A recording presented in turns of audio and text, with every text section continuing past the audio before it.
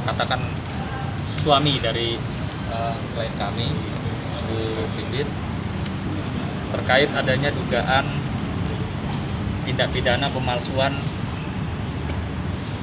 yang untuk menghilangkan asal usul dalam hal ini adalah kondisi yang dimana Ibu Pipit, klien kami, bersama terlapor adalah seorang suaminya telah memiliki satu perkawinan, ya diikat satu perkawinan dan memiliki anak. Lalu ada dugaan, ya, feeling seorang istri bahwa adanya dugaan pemalsuan dokumen itu dikarenakan untuk kepentingan pribadinya dia. Dalam hal ini klien kami juga, ya mungkin nalurinya seorang perempuan, dia beberapa hari lalu menghubungi melalui media sosial, ya, direct message kepada seseorang wanita yang diduga sedang menjalin hubungan dengan suaminya, dan juga klien kami juga mendirect message kakak dari wanita yang diduga ada hubungan khusus dengan suaminya. Nah, kalau untuk siapa orang-orang tersebut diduga, ya, atau bisa dikatakan dari keluarga artis atau public figure di Indonesia. Inisial salah satu keluarganya, Bang, kalau boleh tahu, Bang? Inisial dari kakaknya, ya, kayak inisial kakaknya itu RB, ya, RB. Apa sih Bang isi DM-nya Bang setelah menanggapi dia tahu merasa dia di DM, tanggapan dari dia seperti apa? Silakan. Mbak Pipit boleh jelaskan? Boleh agak bagus. Ya, terima kasih semuanya. Intinya di DM itu saya tidak menyudutkan siapapun, tapi di sana ada statement bahwa saya sudah menjadi mantan istrinya, yang sedangkan sampai hari ini saya masih menjadi istri sah secara hukum, dan dia sudah mengaku bahwa dia menjadi duda. Jadi si perempuan ini bilang bahwa suami saya ini duda dan saya dipanggil dengan dia sebagai mantan istrinya.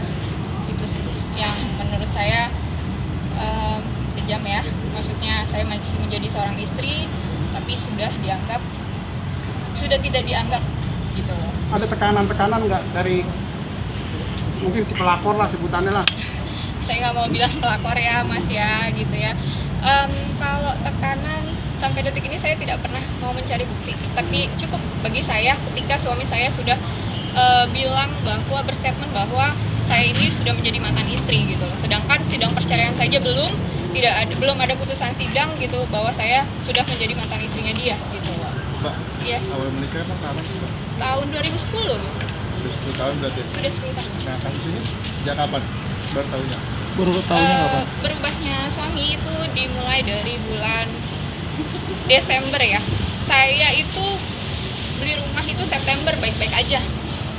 Berarti akhir 2019? Ya, Desember itu dia mulai berubah gelagatnya sampai terakhir dia kabur dari rumah. Pergi dari rumah itu di bulan Februari akhir. Sampai detik ini dia tidak pulang, bahkan lebaran pun tidak pulang untuk sekedar meminta maaf kepada kedua orang tua saya. Dan menemui anak pun sudah tidak. Bahkan ditelepon sama pengasuh saya tidak diangkat. Saya semua nomor sudah diblok sama dia. Tapi sempat ketemu dengan si sebutannya pelapor itu? Atau Oh enggak, saya tidak mau menyebut pelapor. Udah ketemu? Tidak, saya tidak mau. Iya, enggak, sudah ketemu atau belum? Tidak. Oh, belum. Untuk tanggung jawab sebagai suami, apakah masih dijalankan atau sudah berhenti sejak kapan, Pak? Kalau boleh tahu. Kalau suami untuk diri saya mungkin sudah tidak, ya. Tapi kalau untuk anak itu harus ditagih terus, Mas. Baru ya bahasanya kalau nggak ditagih 5 kali gitu, kayaknya kurang sadar diri gitu loh. Itu sih sebenarnya. Mbak, kalau bisa dibilang Mbak sudah mencoba menghubungi pihak keluarga dari si RB ini sendiri untuk... Kalau saya cuma ini, ya Mas, kalau untuk menghubungi pihak keluarga saya tidak. tapi cukup statement dari perempuan tersebut. Saya Harus dibilang paham, mantan ya. istri, dia bilang mengaku sudah duda, berarti ada apa gitu loh. Nggak penting kan sebenarnya, saya juga belum mantan istri gitu, dia udah ngaku-ngaku duda juga gitu loh. Untuk apa gitu loh, dalam tanda kutip gitu. Berarti belum ada komunikasi dengan kakak pelaku ya? Saya sudah DM tapi tidak direspon, tapi bahkan si perempuan ini marah-marah, katanya nggak terima kenapa saya harus nge-DM kakaknya gitu loh gitu, jadi malah mengultimatum saya. Tahunya itu dari mana Mbak? Tahunya dia marah-marah. Ada dia DM ke saya, ada buktinya. Jadi dia bilang jangan jangan nge-DM kakak saya gitu, sama suaminya dia bilang seperti itu. Ya saya kan cuma bertanya, apa salah sebagai seorang perempuan bertanya gitu kan? Mendiem kakaknya, maksudnya si RB. Ya, R dan D. DM gimana kak? Kakak sendiri? Ya, assalamualaikum. Apa kenal dengan suami saya yang bernama ini, gitu kan, inisial R juga, gitu kan. Tapi dia tidak membalas. Yang membalas malah yaitu si perempuan. Mbak, tuntutannya apa? Gini, mungkin Kak Roman yang jelasin. Jadi begini, teman-teman, barusan kita juga sudah melaporkan bahwa memang ada identitas yang menurut kita itu ada dipalsukan. Salah satunya adalah menerangkan bahwa di posisi si terlapor ini di dalam keterangannya belum menikah, padahal sudah jelas adalah menikahnya sudah 10 tahun. Itu satu yang kita laporkan. Kemudian terkait bukti tambahannya bahwa tanggal 18 besok kan ada sidang perceraian ya, antara ibu dengan si terlapor. Jadi otomatis jelas sekali bahwa ini masih terikat pernikahan, kurang lebih seperti itu. Jadi yang kita laporkannya ada pemalsuannya. Gitu. Mungkin akibat dari itu juga kita lihat dari segi kemanusiaannya ibu ini, Ibu Vivit ini kan, beliau ini adalah seorang perempuan yang masih memiliki anak kecil, di mana akta catatan sipil juga harus mencatat dengan jelas ketika dia membuat suatu untuk akta catatan kependudukan khusus lagi, ternyata sang suami sudah tidak terdaftar lagi di kakaknya beliau. Nah, akibat dari ini udah jelas sekali ini pemalsuannya. Sebagaimana diatur sebagai pasal 93 Undang-Undang Catatan Penduduk itu di Undang-Undang 23 tahun 2006 itu tercatat pemalsuan data. Nah, akibat dari itu timbullah kerugian. Apa kerugiannya? Dengan cara tipu muslihat dia melakukan serangkaian kebohongan kepada Ibu Pipit ini, yang dia lakukan apa? Dengan cara memasukkan identitas. Tujuannya apa? Dia buatlah itu untuk pinjaman uang. Tapi saya tidak sebutkan di sini. Yang intinya untuk menjabat sesuatu jabatan, uang itu dia gunakan untuk kepentingan pribadi. Sedangkan notabene BPKB tersebut masih nama beliau.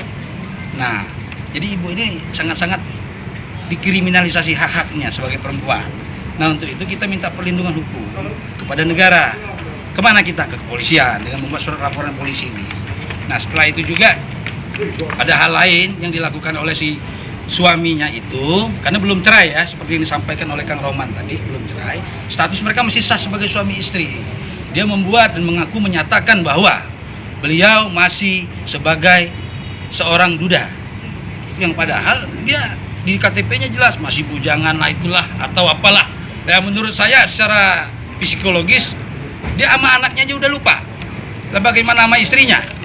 Ini anak benih cinta dia, kasih sayang dia lupa.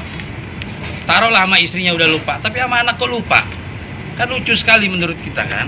Lah kita bagaimanapun namanya anak darah daging ya, tolonglah diperhatikan. Terus kedua, janganlah istri ini ditelantarkan. Lah kalau kita mau melebar kemana-mana, contoh penelantaran anak apa segala macam itu udah kena. Banyak sekali yang dilakukan pidananya. Nah itu.